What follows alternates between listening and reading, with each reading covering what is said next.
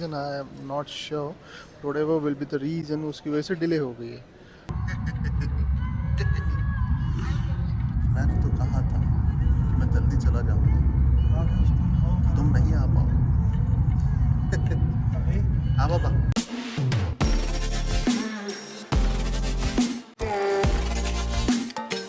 ऊपर की चेन में डाल दो, मतलब नीचे वाली चेन दूसरे नंबर की। कहाँ जा रहा है भाई? जा रहा हूँ कनाडा। ये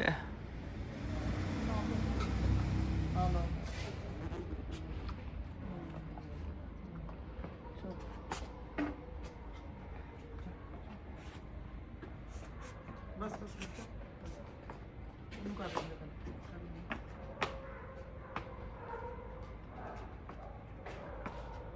तो खड़ी है, एक खड़ी नीचे।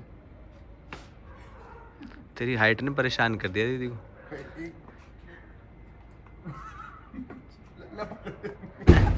कैच कर। सारी बलाएं हटे तो आराम से अपना पकड़ते हैं। Let's go. बलियों का स्टेरिंग का कवर कहाँ निकल गया? हम कैसे? ये जेल जो सुबह बताओ ये तब भी उठा। मंदिर में रख दो। ये बंदा अंदर रख दो। मंदिर में रख दो। ये अंदर रख दे। Behind the scenes. बाहर की तो this is behind the scenes behind the scenes. और ये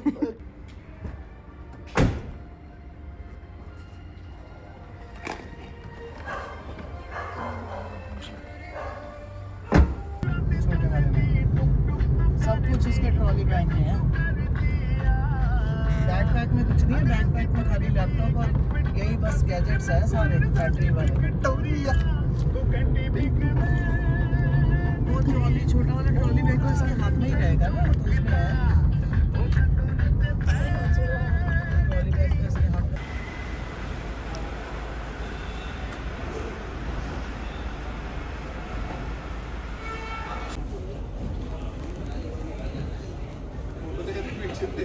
फोटो भी ले ली।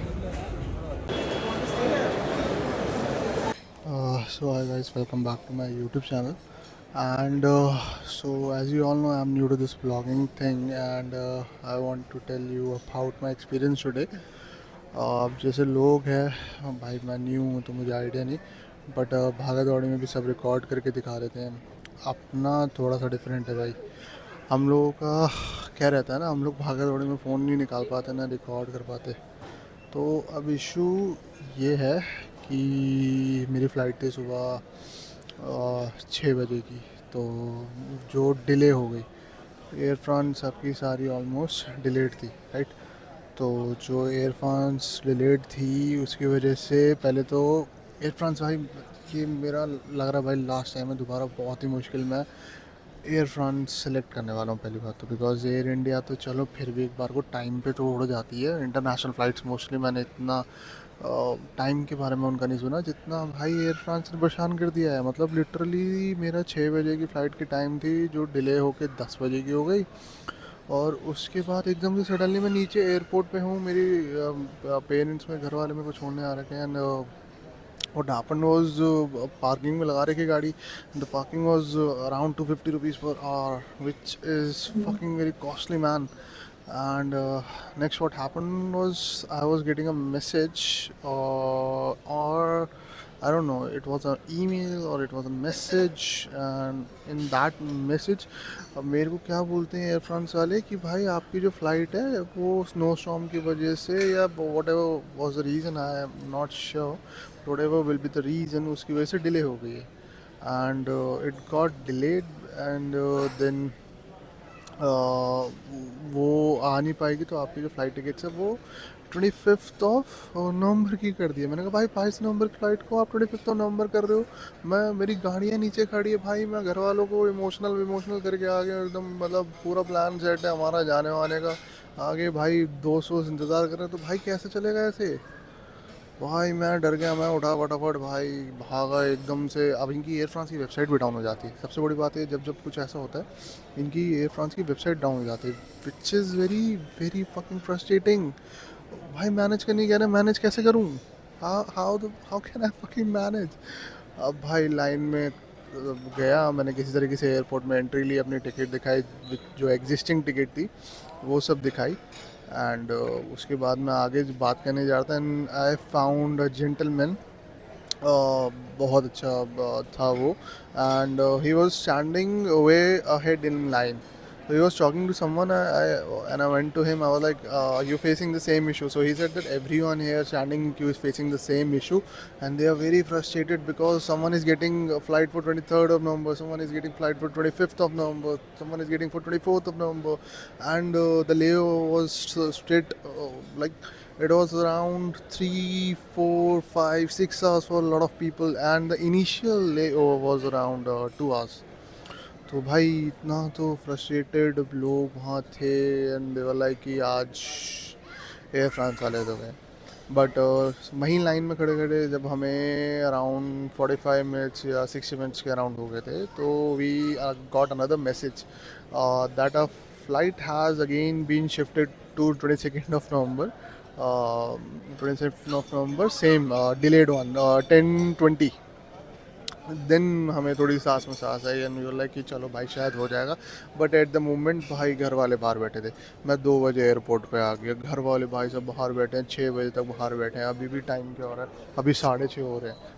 वो लिटरली अब घर गए हैं। मतलब भाई मैं क्या बोलूँ, दे वेटेड लाइक बहुत ज़्यादा।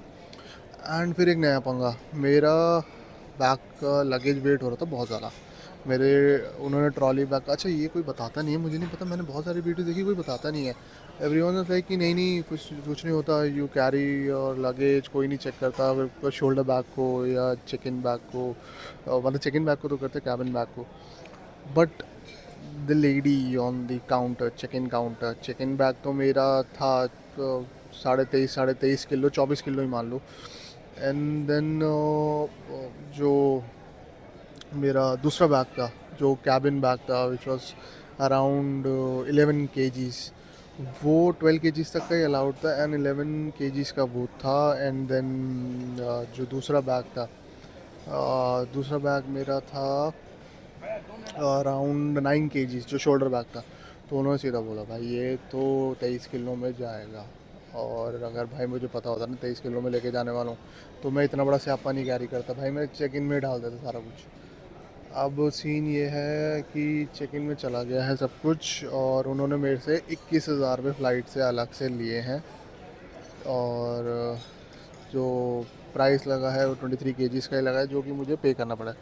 तो ये चीज़ मुझे बहुत बहुत ज़्यादा बुरी लगी, मतलब लिटरली कि मेरे को जब इतना पे करना ही था, इतना कुछ देना ही था, तो मैं पहले पता होता तो मैं करके आता।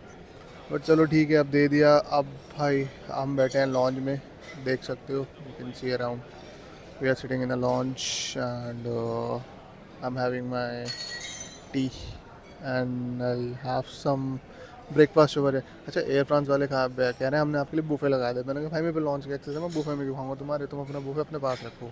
अच्छा फिर मैंने सीट्स के जो पैसे दे रखे थे, सीट्स के पैसे भाई इन्होंने सीट्स भी मेरी चेंज ही कर दी। मैं क्या बोलूँ, अब मैं इनसे सीट्स के पैसे वापस लूँगा।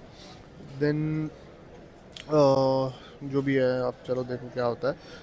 अब अच्छी खासी मेरी फ़्लाइट थी 40,000 रुपये की, भाई मुझे पड़ रही है 60-65 के अराउंड, मतलब लिटरली बहुत महंगी पड़ रही है अब।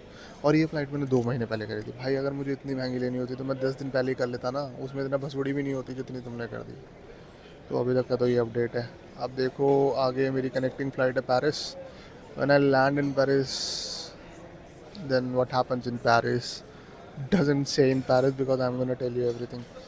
चलो अभी का एक्सपीरियंस तो भागा दौड़े में निकल गया। Let's wait and watch for what is coming next.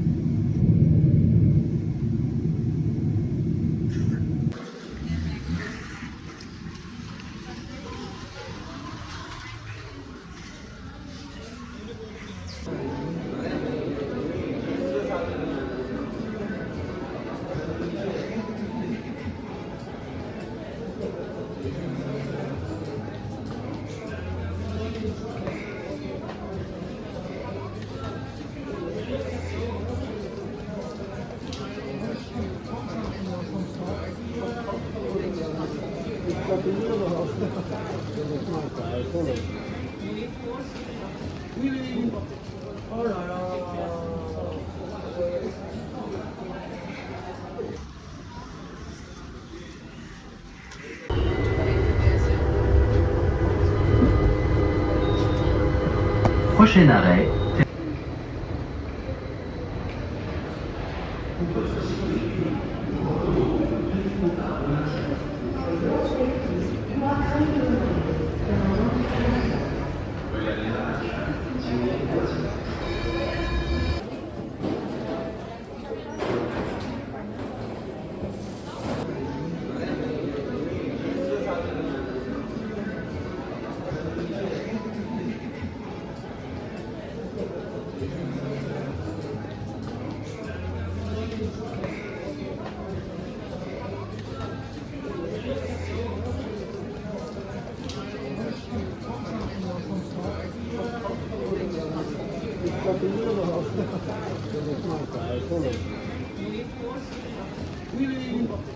All right.